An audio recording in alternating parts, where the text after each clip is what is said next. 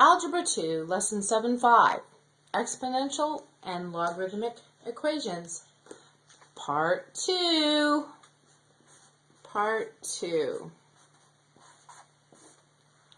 We are going to be looking at logarithmic equations mostly in this part. We did exponential equations in Part 1.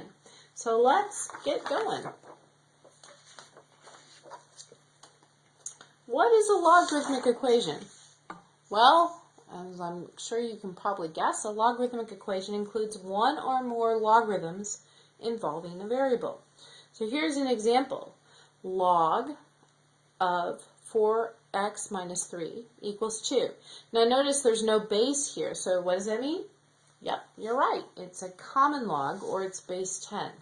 So we're going to go ahead and do this. Now, once again, I have my little sheet of properties, and I think that's really helpful just to keep on hand whenever you're working with anything that has anything to do with logs. So what can we do? Well, I'm not really adding or subtracting logs. I have a difference here, but it's not a difference of logs. And I don't have any really products or quotients. And I don't even really, I already have it in common base. So really the only thing I can do is change it from my logarithmic form into my exponential form. So let's try doing that. And get a pen. And here we go. If I'm changing this into a log form, that means remember my base is 10. And that 10 to the second power, because this is my exponent, equals 4x minus 3. Well, I'm hoping that you all know what 10 to the second power is, or 10 squared is 100. So at this point, all I have to do is solve for x. So I'm going to add 3 to both sides. I have 103 equals 4x. And I'm going to divide by 4, and of course it's not going to come out to something even. That's going to be 25.75. 25.75 equals x. And there's my solution. So just recapping, what I did is I looked at my properties and I saw that the only thing I could do was change it into exponential form. And then once I turned it into exponential form, I solved for x. Okay, let's look at another example of this. One that you actually have to use some of our other properties to solve.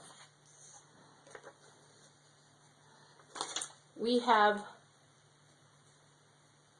6 minus log of 3x equals negative 2. Okay, so I'm going to try to solve this. And the first thing I think of when I see this is that I have constants and logs all mixed up. And what I really want is all the constants on one side and I want the log on the other. So what I'm going to do first is I'm going to subtract 6 from both sides and see where we go from there. Okay, so I'm going to subtract 6 from both sides. And I get the negative log of 3x equals negative 8. I don't like negatives, so what I'm going to do is multiply everything on both sides times negative 1 to get rid of those negatives. You probably, I could say that you might not need to do that, but I just think it makes sense. This is a negative 1, and this is an L in log. Okay, so here we go. This is going to be positive, now log of 3x, and remember this is a common log because there's nothing written there as a base. And negative 8 times negative 1 is positive 8. Now, I have one where I could say, I could use the property of the product property, but I don't know that I have to. I can just make this into my, go back and use my understanding here and say the log of, make it into an exponent and just say 10 to the 8th power equals 3x.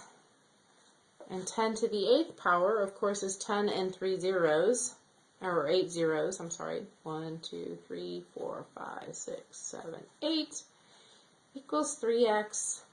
Divide by 3, and there we are. Wasn't quite what I wanted to do here. I might have to explain that better. This is the answer.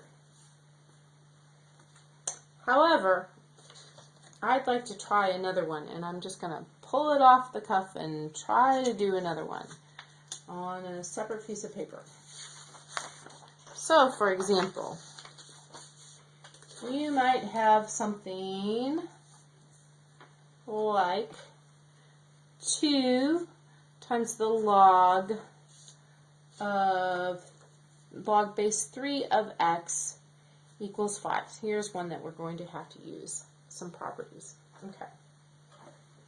So I can take this 2, and remember we have the exponent property of logarithms, and we can say that means that's log base 3 of x squared equals 5.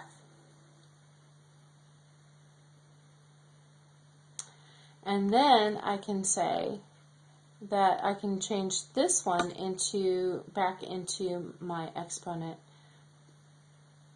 and I can say that I have 3 to the 5th power equals x squared. Well, 3 to the 5th power, we know that 3 to the 4th power is 81.